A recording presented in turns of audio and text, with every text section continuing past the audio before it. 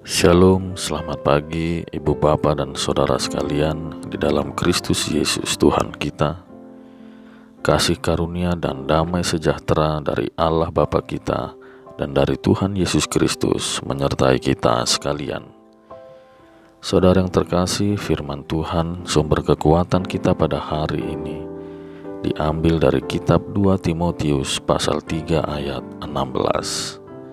Segala tulisan yang diilhamkan Allah memang bermanfaat untuk mengajar, untuk menyatakan kesalahan, untuk memperbaiki kelakuan, dan untuk mendidik orang dalam kebenaran. Demikian firman Tuhan. Saudara terkasih dalam Kristus, Rasul Paulus mengingatkan Timotius bahwa sedari kecil Timotius telah mengenal kitab suci yang memberikan hikmat dan menuntunnya kepada keselamatan. Supaya lebih termaterai lagi di dalam hati dan ingatan Timotius, maka Paulus memberitahukan kepadanya bahwa kitab suci adalah tulisan yang diilhamkan Allah untuk mengajar, menuntun orang menyatakan kesalahan, memperbaiki kelakuan, dan mendidik orang dalam kebenaran. Paulus meneguhkan Timotius agar mengingat untuk membaca, mendengar, dan merenungkan firman Tuhan setiap hari, supaya tidak terjatuh di dalam berbagai-bagai pencobaan. Ada 4 manfaat membaca, mendengar, dan merenungkan firman Tuhan, yaitu yang pertama, untuk mengajar. Firman Tuhan mengajarkan setiap orang percaya untuk mendekat kepada Allah dengan bergantung dan berpengharapan kepada Tuhan. Jadi kalau ada orang yang mengandalkan kekuatannya sendiri menjalani kehidupannya, berarti ia tidak mau diajar oleh firman Tuhan. Kedua, firman Tuhan itu menuntun orang untuk menyatakan kesalahannya. Orang percaya yang tunduk kepada otoritas Allah, ia akan selalu bersedia menyatakan kesalahannya, sebab manusia tidak pernah luput dari salah, bukan malah membela diri atau memungkiri kesalahannya. Pengakuan seseorang kepada Tuhan adalah hal yang terpenting, baik itu pengakuan iman dan juga pengakuan dosa. Ketiga, firman itu memperbaiki kelakuan.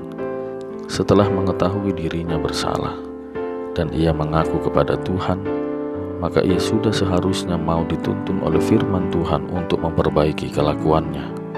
Terkadang yang terjadi ialah orang bersikeras atau tetap ngotot bahwa dirinya tidak perlu mengaku kesalahan dan tidak perlu memperbaiki kelakuannya, bahkan cepat mengambil kesimpulan dan tindakan yang menurut jalan pikirannya. Malah uniknya, orang-orang yang seperti ini mengatakan dalam dirinya, toh ada firman Tuhan yang akan memperbaiki kelakuanku. Untuk apa aku yang mengaku dan memperbaiki? Kan yang memperbaiki itu firman Tuhan. Mereka tidak sadar bahwa yang hendak dituntun dan diperbarui kehidupannya oleh firman Tuhan adalah dirinya sendiri. Firman Tuhan yang memperbaiki kelakuan itu bukan sulap, tapi proses.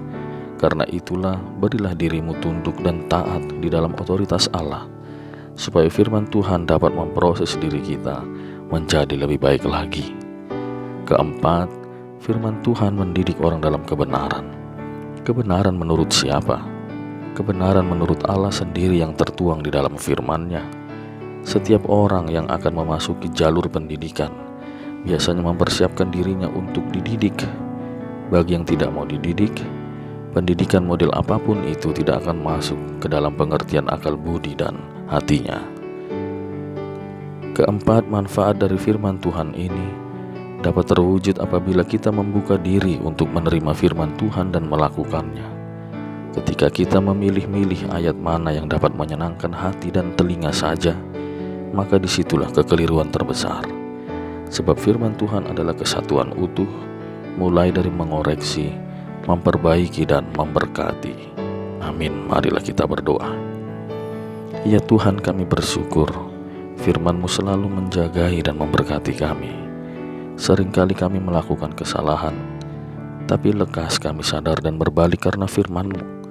Seandainya kami tidak mengenal firman-Mu, kami sudah berjalan jauh menuju kebinasaan.